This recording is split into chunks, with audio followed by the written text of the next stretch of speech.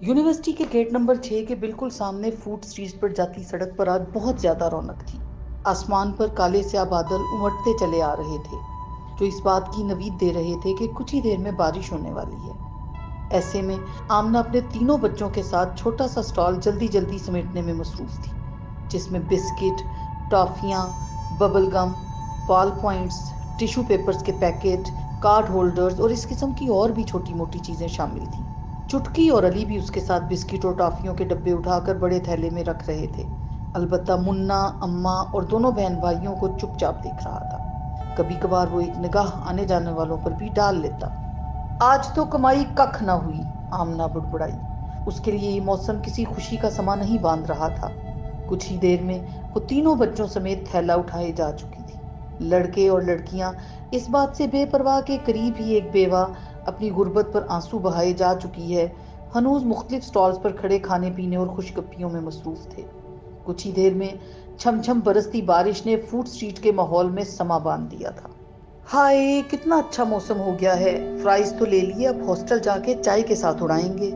ये अनम थी, BS fourth semester की तालिबा, और इसके साथ उसकी क्लास फेलो और बेस्ट फ्रेंड शहजीन भी थी।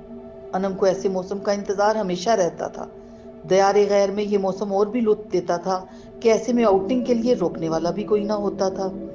हॉस्टल लाइफ गुजारना मुश्किल जरूर है, लेकिन इसमें जिंदगी का लुत्फ भी बहुत है। शहजीन बस उसकी बात पर मुस्कुरा दी और वो दोनों जल्दी जल्दी चलने लगी ताकि बारिश तेज होने से पहले हॉस्टल पहुंच सके। कुछ ही देर में अनम और शहजीन अपनी बाकी दो रूममेट्स समेत चाय और आलू के चिप्स से लुत्फानंदोज हो रही थी। कल की निस्बत आज मौसम गर्म था। सूरज अपनी पूरी आबोताब से चमक रहा था। बेशक ये अल्लाह के रंग हैं, और अल्लाह के रंग से बेहतर कौन सा रंग है। वो जब चाहे अपने बंदों को अपनी रहमत से नवाजे और जब चाहे उनके लिए शम्स की लाली पैदा करे, ताकि वो अपने रिस्क को तैयार कर सके। आमना आज भी सुबह सवेरे स्टॉल लगाए बैठी थी। चुटकी और अली गालबन स्कूल गए हुए थे, इसलिए आमना के साथ सिर्फ मुन्ना ही था। आमना आस लगाए अपनी रोजी का सामान सजा रही थी। ऐसे में फातिमा उसके करीब आई और बॉल पॉइंट्स खरीदने लगी। फातिमा जा चुकी तो आमना के चेहरे पर इत्मीनान रकम था। यूनी से वापसी पर भी फातिमा आमना और उसके स्टॉल को देखते हुए गुजरी। ऐसा पहली बार नहीं था। फातिमा रोज ही आमना और उसके बच्चों और स्टॉल को देखती थी, और ये भी कि गुजरने वाले बहुत से राहगीरों में से कोई भी उससे कुछ नहीं खरीदता था। इसका जिक्र उसने शहजीन से भी किया था, लेकिन शहजीन ने कहा, फातिमा, यहाँ से ज्यादातर यूनी के स्टूडेंट्स गुजरते हैं। अब वो बिस्किट टॉफियां खरीदने से रहे, और स्टूडेंट्स पेन पेंसिल वगैरह स्टेशनरी से लेना पसंद करते हैं, यूं राह चलते नहीं। भला कौन खरीदेगा इस तरह। बस अल्लाह ही बरकत दे इस औरत की रोजी में। फातिमा को शहजीन की बातों से काफी मायूसी हुई, लेकिन उसने फैसला कर लिया था कि इतने दिनों से वो जो कुछ सोच रही है, उसे अब अमली जामा पहनाने का वक्त आ गया है। अगले दिन फातिमा ने अपने पूरे डिपार्टमेंट की एक एक क्लास में जाकर एक पैगाम दिया कि यूं तो हम सब सोशल मीडिया पर पोस्ट करते हैं कि हमें गरीबों की मदद करनी चाहिए और छोटी मोटी चीजें बेचने वालों से जरूरत के बगैर भी चीजें खरीद लेनी चाहिए, लेकिन हम सबको ये सब कहने में अच्छा लगता है, जबकि ऐसा करते हुए हम शर्म महसूस करते हैं। ऐसा क्यों है? सबकी नजरें एक पल के लिए झुक गई थी। उन्हें शायद इस बात की उम्मीद नहीं थी कि यूनी में कोई इस तरह का लेक्चर देकर उन्हें शर्मिंदगी भी दिला सकता है। फातिमा ने कुछ तवक्कुफ किया और फिर बात जारी रखी। गली की नुक्कड़ पर बैठी हुई आपने इस बेवा को तो देखा ही होगा, और उसके स्टार पर दर्ज तहरीर को भी, कि उसे उसके मकान की किस्त अदा करने और बच्चों की जरूरियात के लिए रकम दरकार है। लेकिन हम में से कितने हैं जिन्होंने इस तहरीर पर गौर किया और उसकी मदद की? बल्कि मदद तो दूर, हम में से बहुत कम लोग ऐसे होंगे जिन्होंने तर्स खाकर उससे दो चार अशिया खरीदी होंगी। इस बार तालबात के चेहरे झुक गए थे।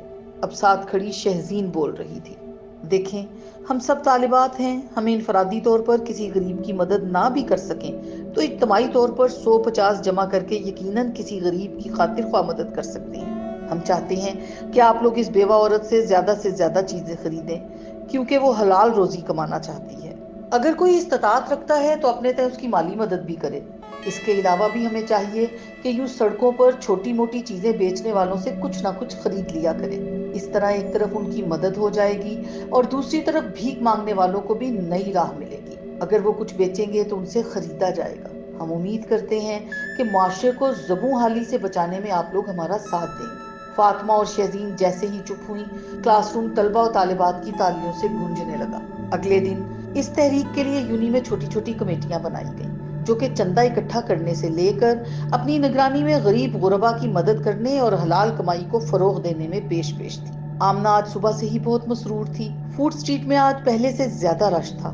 آمنہ اور اس کی طرح دوسرے سٹالز والوں، مکئی کے بھٹے بیچنے والوں اور یہاں تک کہ فوڈ سٹریٹ میں وزن کرنے والی مشین لے کر بیٹھے بوڑھے کے چہرے پر بھی چمک اور اطمینان تھا۔ ان سب کی بھی اپنی ہی دنیا تھی اور آج وہ سب بہت خوش تھے کہ یکے بعد دیگرے کئی گاہک ان کے ذریعے معاش کو رونق بخشائے تھے۔ سڑک پر بیٹھے ہوئے بہت سے بھکاری ان مناظر کو حیرت بھری نظروں سے دیکھ رہے تھے اور سوچ رہے تھے کہ واقعی حرکت میں برکت ہے۔ فوڈ سٹریٹ سے گزرتے ہوئے آج فاطمہ کے چہرے پر اطمینان اور خوشی رقم تھی۔ اس نے اپنے فیصلے کو عملی جامہ پہنا دیا تھا اور اس پر عمل بھی کیا گیا تھا۔ شہزین نے اس کے چہرے کی طمانینت کو محسوس کیا تھا۔ فوڈ سٹریٹ سے گزرتے ہوئے ان کے قدم ہاسٹل کی جانب بڑھ گئے۔